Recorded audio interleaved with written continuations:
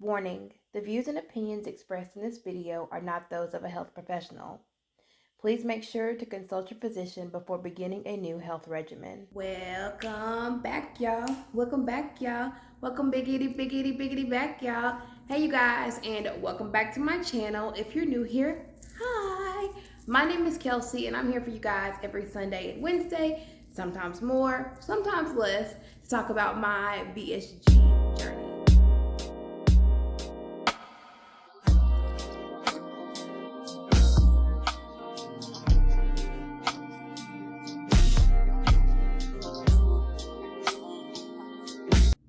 It's my hope that through my videos, you're able to find the answers to questions you've been looking for, or the path to choosing surgical weight loss is made that much easier. I hope you guys are having a wonderful week. Today is Sunday, so we've come to the end of our week where we get together and we talk about things that we went through the week or things on our mind. So I've got me a nice cold drink here, Powerade. For those who play sports. No, I'm not playing sports. I'm just choosing to drink a sugar-free sports drink for fun. Excuse me, bitch? No, I bought these post-op and they're just sitting in there, so they've got to get drank. So I put them in the refrigerator to get put into the rotation. So yeah, I am going to be drinking that today. So go ahead and get you a snack, because you guys already know we're going to be talking about my 2-month post-op update, and I have some notes here. So yeah, you already know we're going to be here for a minute. If you're not here for the longer videos, that's okay. I do have a couple short videos, you know, and I'll link them, or they'll be on my channel. You can go check those out. This one is for my 2-month post-op update. And I wanted to, you know, give you guys an update, you know, and these videos always take a long time. They're never short. They're never sweet. Anyways, we're going to go ahead and get started. I've already talked for 2 minutes, and that's just 2 minutes of wasted time and of your life you'll never get back. As I stated, this is my 2-month post-op update. I'm really about 2.5, almost 3 months. So I'm running a little late. You guys will have to forgive me. So I'm going to start off with my specs, and I will be referring to my notes the entire video because I'm not going to be able to remember all of this. I don't care how fantastic of a person I am. I can't. So my specs, my starting weight was 330.3 pounds. My current weight is 281.2, as we learned in our Weigh In Wednesday video. My goal weight is 170 pounds, and my weight lost total is 49.8 pounds. So my goal was set by my surgeon at 165 pounds. I'm, you know, going to give myself a little grace and say 170 because, whew, child, that's a long way to go. Not saying I won't get there, but that's a long way. So my weight loss in the month of February, my surgery was on February the 5th. So between February the 5th and February 28th, I lost a total of 22 pounds. In March, I lost a total of 15.4 pounds. And April is pending. So when I come back for my 3-month post-op update, I will have that stat for you guys. But yeah, if you guys want to see my other Weigh In Wednesday videos and maybe kind of like add that up between then and now to see how much I've lost, you guys are most welcome to do that. I just didn't do it. So I get the question, how am I feeling now? I'm feeling good. I don't have any pain, odd feelings, or weird hangups. The only thing that, you know, that I think I've expressed to you guys is my food addiction. I battle that every day. I battle the craving. I battle the weird want to eat food that I'm not supposed to be eating. Other than that, I'm happy. I'm more happy with my body. I'm happy with the progress that I'm making. I'm thankful for the progress that I'm making because in no life would I have ever been able to do that on my own. So I think it's important to understand that dynamic. So I've really kind of like taken that for myself, and I understand now that it's so important. It's such a monumental thing that I've lost 49 pounds, or, you know, whatever, 49.2 pounds. So that's astronomical to me, and it means so much. So I'm happy. I'm good. No significant struggles as far as physical or pain or any of that goes. So let me take a swig. The next thing, how was my heartburn? I think when I first did my first like check-in video, I think my 1 month check-in video, or 8 things I wish I would have known, my heartburn has drastically improved. I don't know if I was just eating really bad trigger foods or if I wasn't chewing up food good enough. I'm gonna go ahead and tell you guys this. I had a traumatic wreck in 2017. May 5th, it was a normal day. Coming home from work, I had a wonderful day at work. It was end of the work week, and I was on my way to pick up my stepson. It was a rainy day. It was wet outside. And as I was coming down the mountain to my home, my truck hydroplaned, and I lost control of my vehicle, and I drove into oncoming traffic. At that point, I was then struck by another motorist. The motorist struck me, which then caused my vehicle to spin and slam into a rock wall.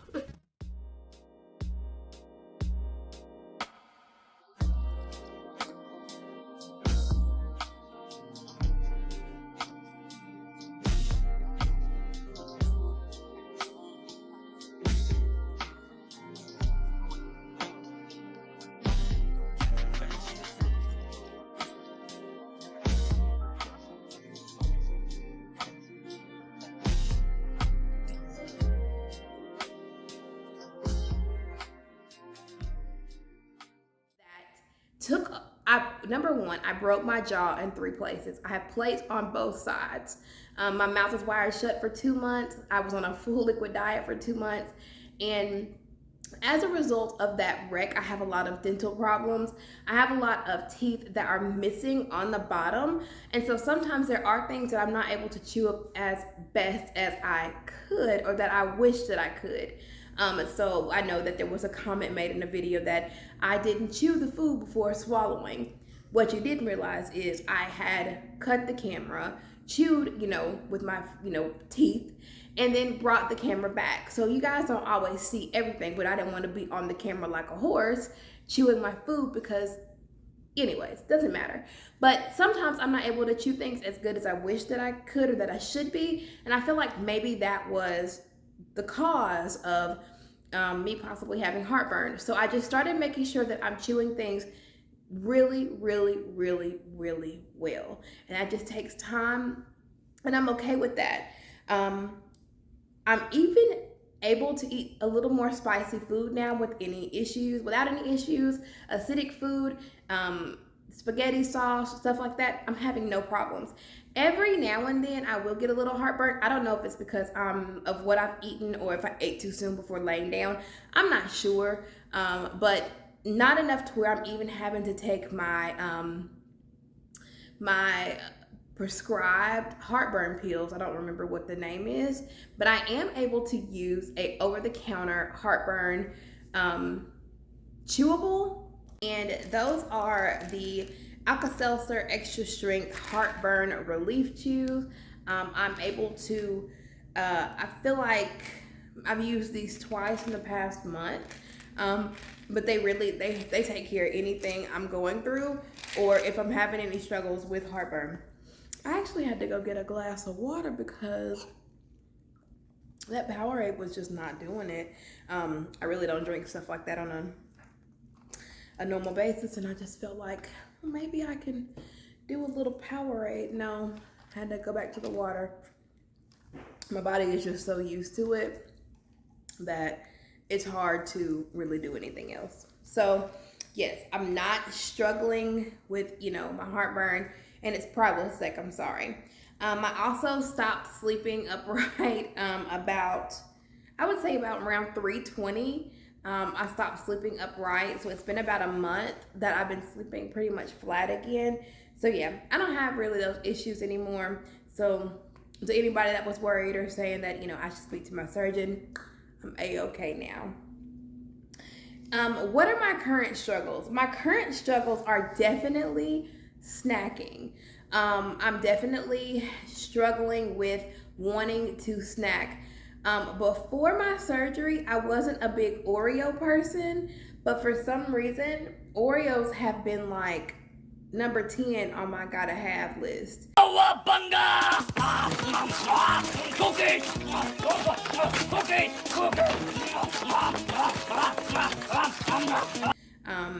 So I've definitely been struggling with that, but I have a few cookies every now and then.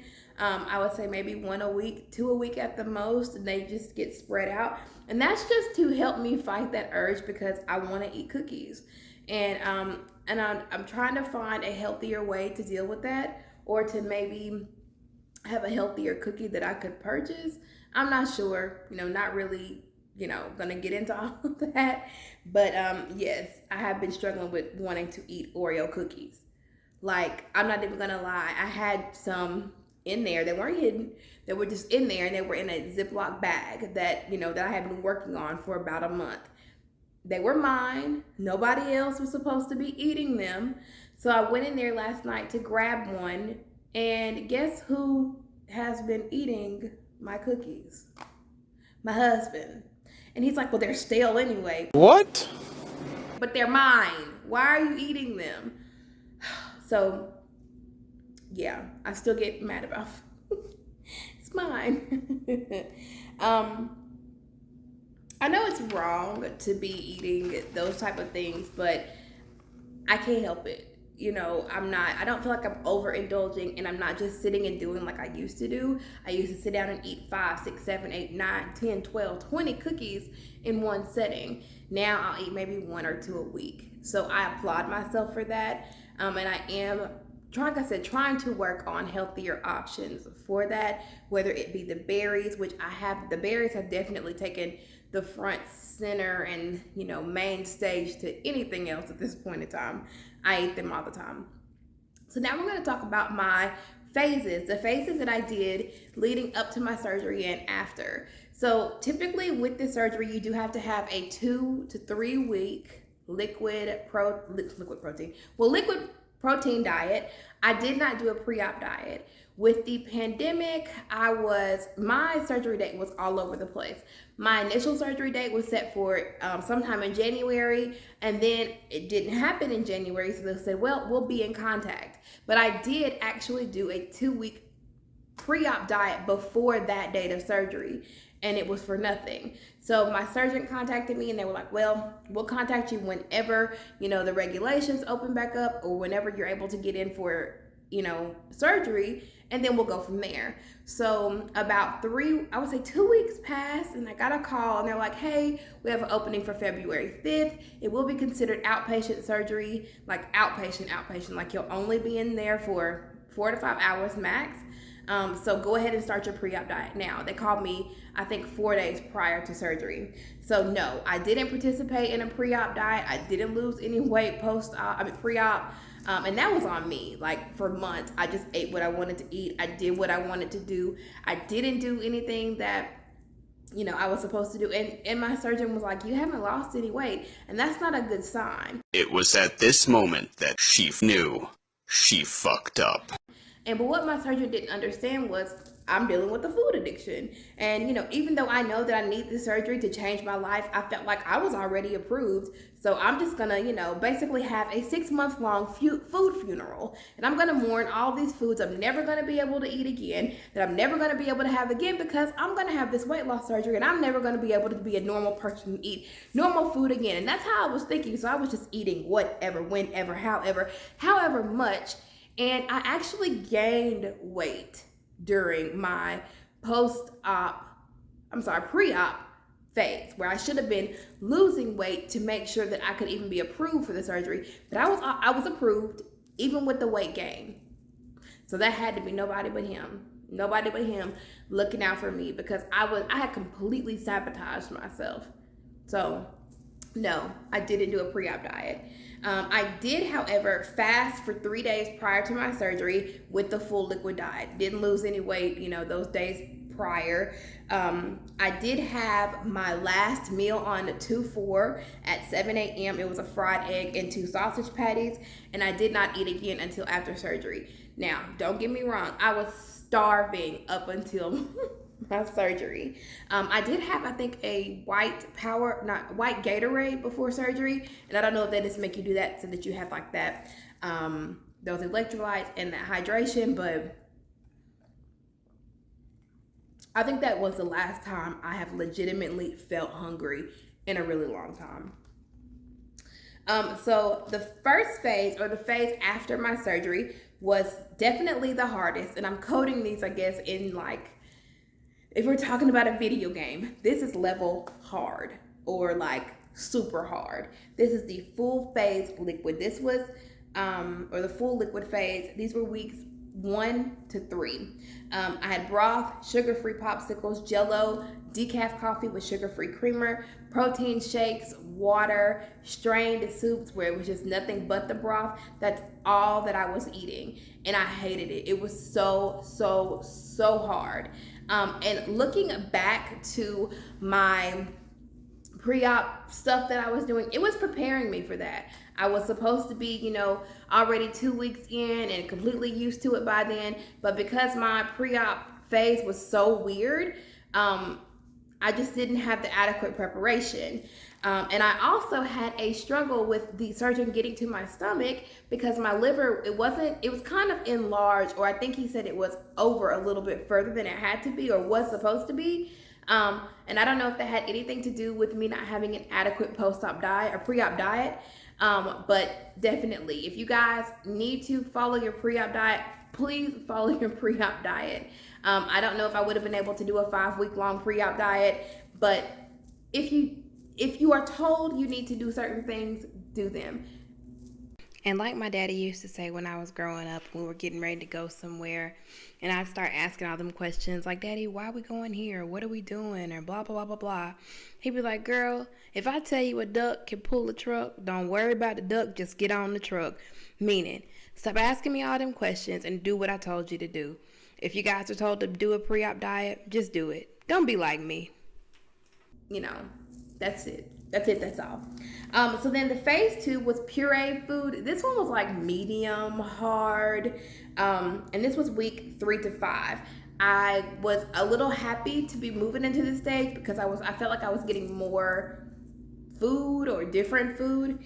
I was doing refried beans with a cheese, ricotta bake, and the ricotta bake was kind of like, because of the red acidic sauce I was using, so I switched over to just a basil pesto, and that worked for me. But that red acidic tomato sauce, I did enjoy cottage cheese. I'm telling y'all, cottage cheese, I still eat that today, right now, because I love cottage cheese, but it was definitely a staple, and it got me through a lot of, phase 2 through 5, I feel like, up until today. I was doing sugar-free pudding, strained soups, also pureed soups, like, I showed you guys in the video where I poured my soup into my food processor, no matter what kind it was, and just really like blended up those contents so that I had a soup that didn't have any chunks or anything, but it was thicker, and I felt like it was more filling. Also, in my full liquid phase, I used Weiler's bouillon cubes. I think it was a chicken and herb. Those were so good. It was so much better than a regular broth out the box or broth out the can. It had flavor. I felt like I was doing something. I felt fancy, pinky in the air. You know what I'm saying? Because it was good. And then moving into the last phase, phase 4, and I felt like this was medium because I felt like I was moving more into regular food. I didn't have to eat things that were baby food consistency. Of course, cottage cheese, chicken salad, egg salad, cheese. I did have a cheese quesadilla. I did sugar-free pudding, of course, sugar-free Jell-O, sugar-free popsicle still, the cottage cheese, like number 1, protein drinks. I was doing like block cheese. I'm still doing block cheese. Things of that nature, stuff that is easily broken down in the palate. I didn't have to do a lot of chewing. It was just easy to, swallow and, go on about my day. Nothing with really hard, big chunks. And I felt like I was able to eat more of the things that I loved at that point.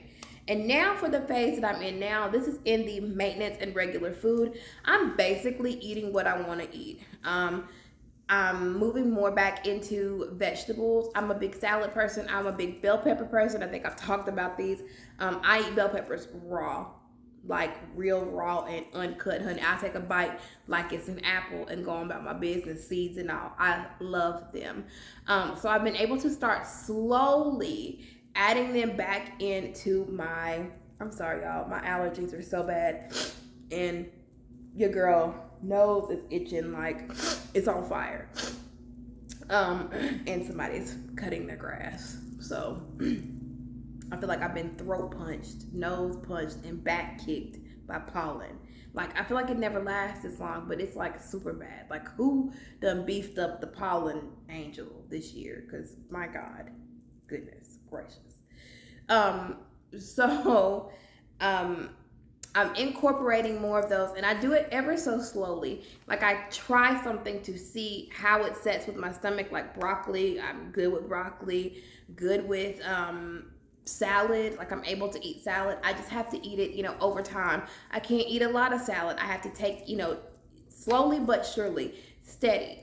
But I'm able to eat it again, and I promise you guys, I remember people telling me, oh my God, I've never able to eat salad. I can't handle salad. And I'm like, what the hell am I gonna live my life? I love salad. Like, that's something that we eat just on a regular basis. Even like a regular Tuesday night meal, I'll make a chicken salad. But I have been able to incorporate a little bit of salad here and there. So I'm very, very, very happy with that. I want to talk about some of my non-scale victories. I think that it's important to highlight the things that make us feel good and make us feel good whenever they happen.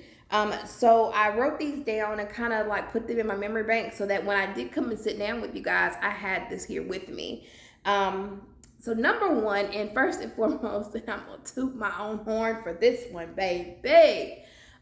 I can cross my legs again.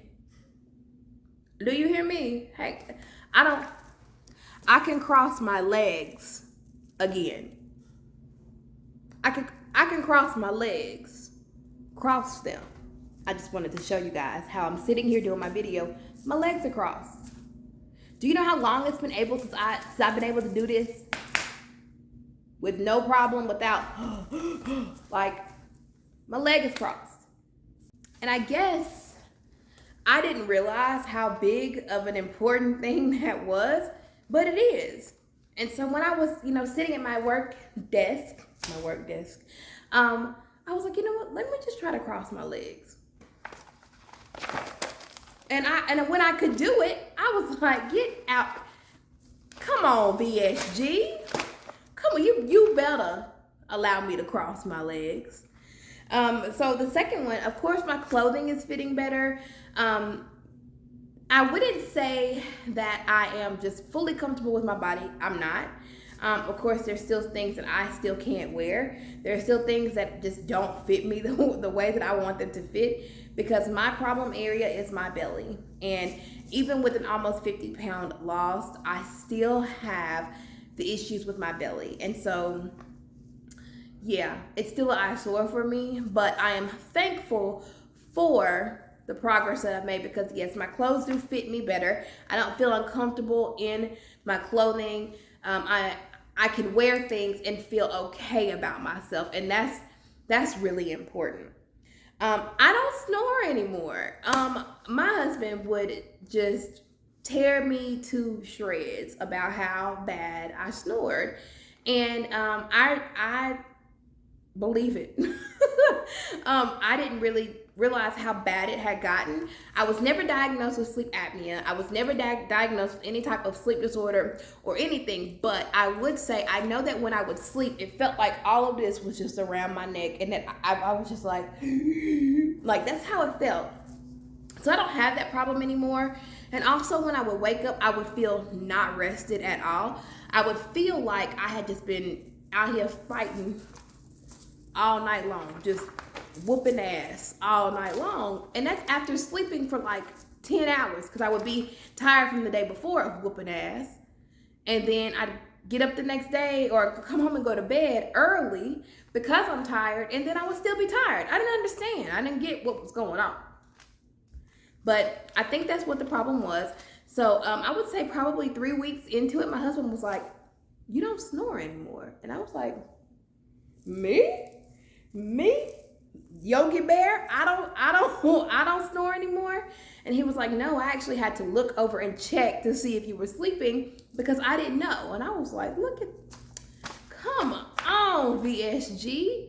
You better.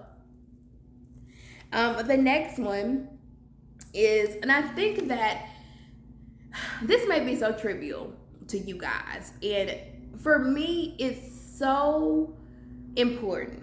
It's important to me because it's something that I struggle with. So I'm going to give you guys a little backstory. My husband loves Waffle House. It don't matter if it's on a Sunday morning, birds chirping, sun shining, or after a late night of partying, hanging out with the fellas. He like Waffle House. I like Waffle House, but for many, many, many years, I would be like, no, I don't want to go to Waffle House. Like he would say, let's go to Waffle House. You know, come on, let's go to Waffle House. Let's go sit down and eat a waffle or whatever. And I'm like, no, I don't like Waffle House. I don't want to go to Waffle House. My mom and my sister, you know, they worked at Waffle House for a while. I wouldn't even go and see them. Or if we did, it would be very few and far between. But I was completely adamant that I did not want to go to Waffle House. And my husband was like, why do you not like Waffle House? It's just breakfast. Who don't like breakfast? Who don't want to go, you know, to Waffle House and eat a couple roaches? I mean, you know, hey, no offense to my people that work at Waffle House, but if you go to Waffle House and expect to eat anything less than 3 roaches that day, you don't go to Waffle House for a clean food experience. I'm just going to put that out there. I said what I said. Please don't. Oh, there goes somebody unsubscribing. I'm sorry. Please don't unsubscribe from my channel for me being honest. But no, really. He was like, I don't get it. Why don't you like it? You know, it's breakfast food. Who don't like breakfast? And I'm like, I don't want to go to Waffle House. Just leave it at that. Please, I don't want to go. So finally, after I had my surgery, I think he had went to go get some Waffle House or whatever. And I was like, now I can be honest with you because I was also in the stages of discovering I had a food addiction. And I was being honest with myself and I was being honest with those around me. And I was like, hey, the real reason I don't want to go to Waffle House is because I can't fit in those little booths. Or I would struggle to fit, because I could fit in them, but I would be like, the table would be cutting into this area right here. And I'm like, that's uncomfortable for me. And he's like, that's the reason you haven't wanted to go to Waffle House for all these years? Yeah, that's why. And so that was a big thing for me. So fast forward to now. You know, even though we went to Logan's, and I talked about this in my other video, and I was so unhappy with what I had done, when we went in, and I know you guys know what I'm talking about, in Logan's, they have this big round booth that's meant for like families and parties of 7. I didn't, you know, care. But I remember talking to my husband on the way there. I was like, I hope I don't have any issues with this booth, you know. And he's like, baby, you've lost, you know, 40 some odd pounds. You're going to be okay. You're going to be able to fit in a booth. And I was like, I don't know. So we get to the counter, and the young lady's like, do you guys want the big round booth in the corner? And in my mind, I'm like, oh, hell no. She finna take us to this tight-ass booth because for some reason, the round booths, getting in them, they're so small on the edge. There's a little room in the back, but getting in them is so hard. And so I was like, oh my God. So we walk over to the booth. My husband and my son, they get in the booth, and I'm like, and I sit down. I don't have to move the table. I don't have to push the table. I don't have to adjust. I don't have to suck in for life. The table isn't cutting into me. The table isn't even touching me. Do you hear me? I had to pull the table to me because I could fit in the booth. So that was so like, my husband was like, can you fit in the booth? He was like, I told you. And so for me, that just was the best thing ever. I was so excited about that because that was a big stressor for me. Walking into a restaurant and the entire time being like, I'm not gonna be able to fit in these booths. Like, I'll tell y'all about this and then we'll move on to the next point. We went to Connors for the first time. I've never, ever in life been to Connors, and I've always heard about it. People always talk about how good it is. So we went, and y'all, and so the little hostess lady, she takes us in the back of the restaurant, in the furthest corner, in the darkest night of the alley, M. Night Shyamalan type of area of the restaurant. The booth is yay big. My husband, he slides on in because he's, don't have no problem. And so I'm like,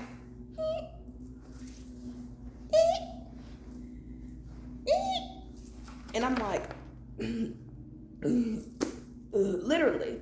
And my husband's like, are you okay? And I'm like, oh, yeah, I'm okay. I'm fine. So the entire time we're sitting there, because there's no other seats, it's full. That's how I am. And this is the table. And I'm like, couldn't even enjoy my food. It was the worst and most humiliating experience. So I don't know if you guys struggle with that, but for me to be able to fit into a booth with no problem, that was a non-scale victory for me. Another thing, I could comfortably get pedicures. With me being as big as I was, it was so hard for me to hold my leg up for the lady or to do something like this. Y'all, my hips would be hurting, my back would be hurting, my leg would be cramping. I'm like, I can't do this much longer. She's gonna have to do something. But now it's getting a little easier, and pedicures aren't as bad as they used to be. So I am going to talk about my scar regimen. I am still using, or my incision regimen. I am still using the cocoa butter and bio oil, but I am kind of worried that maybe it's not reducing the signs of the scars as much as I would like.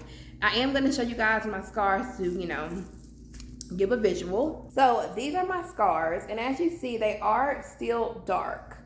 And I don't know if that's just because I am light, but yeah, they are still very dark.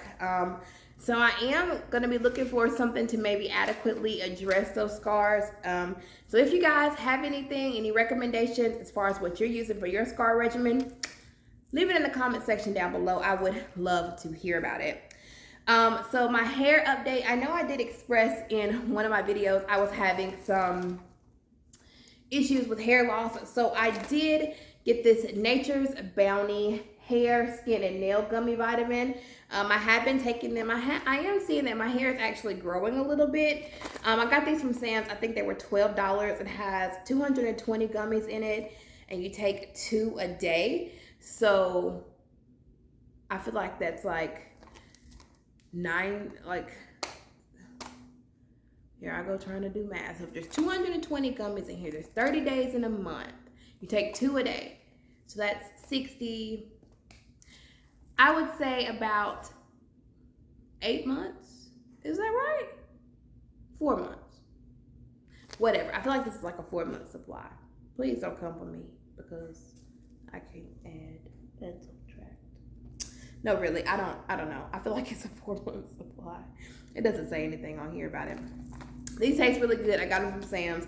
If you want to try them, try them. I don't have any affiliate or link coding here. But yeah, I'm not being sponsored. These are just really good. I like the way they taste. No problems there. So the next thing, I am having a little bit of skin issues. I do feel like my skin is becoming extremely dry on my face. I have never been a dry skin person, especially on my face. So here recently, I would say in the past, since my surgery, I've been having to lather on avocado oil, pure avocado oil at nighttime and go to sleep on it, or go to sleep with it on to hydrate my face. So if you guys have any issues with dry skin after your VSG, comment that down below as well. I don't know. But I know that, yeah, something going on. My water intake, I'm still not hitting that 80 or whatever, 64 ounces a day. I am, however, getting around 50 to 55 ounces a day. I'm just struggling, you guys. Water is just so hard for me to drink. And I don't know what it is, because before my surgery, I was down here downing, those dollar sweet teas from McDonald's. So I don't understand what the difference is between the sweet tea and the water. But I am still consistently drinking at least 50. Sometimes I hit 60 a day. It just depends on how I'm feeling. My protein intake, I am still hitting that. As you guys saw in my other video, I am using the Teamy Wellness Protein. This has 17 grams of protein in each serving. So it does do a kicking on my protein goal for the day. I am eating protein-rich foods. I am using the Premier Protein shakes just whenever I feel like it, and also the Isopure protein powder. I eat protein-rich foods. I eat a lot of chicken. I eat a lot of cheese. I definitely eat cottage cheese, like I said.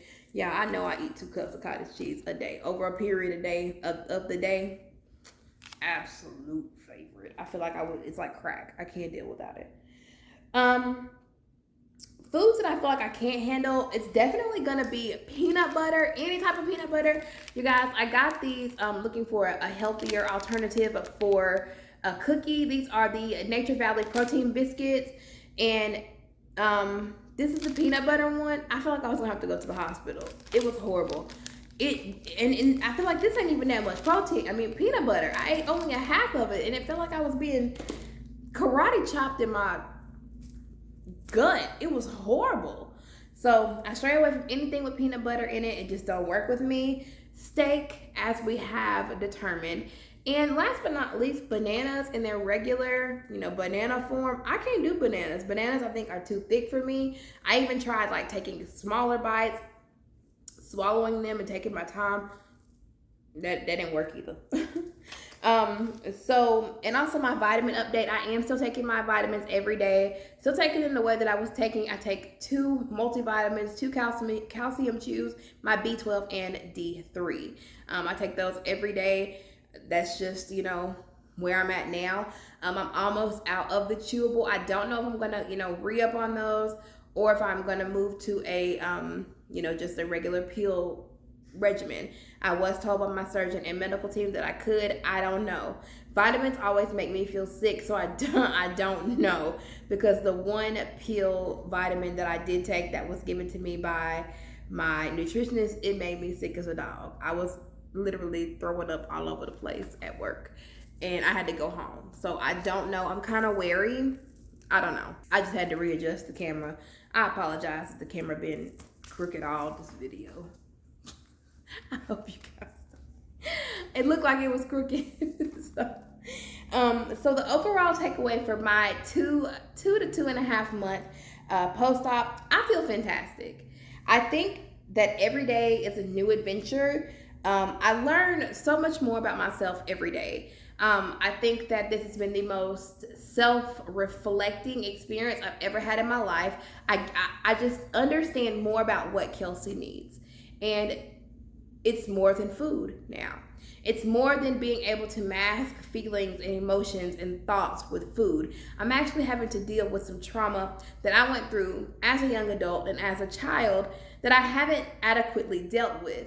And it feels good knowing that I am taking the steps to better myself and to build myself and to deal with those things.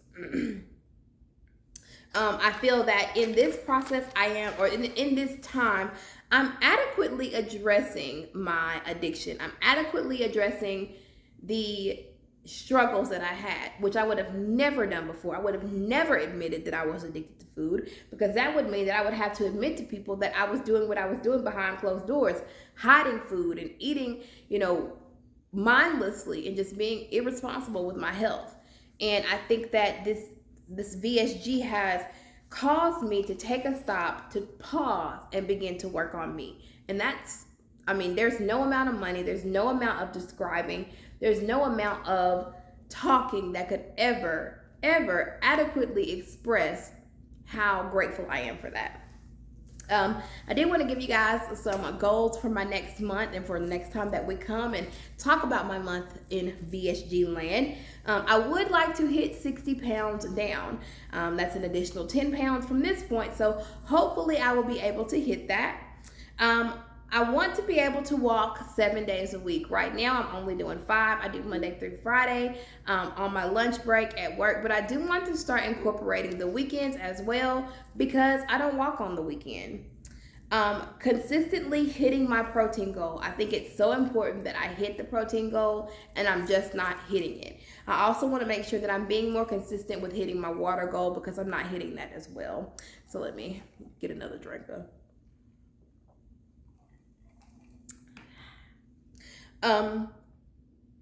And also it has been suggested and requested.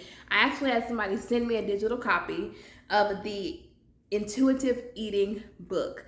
So it is my goal to read and give you guys some takeaway from that book by the next time that we meet for my next monthly update.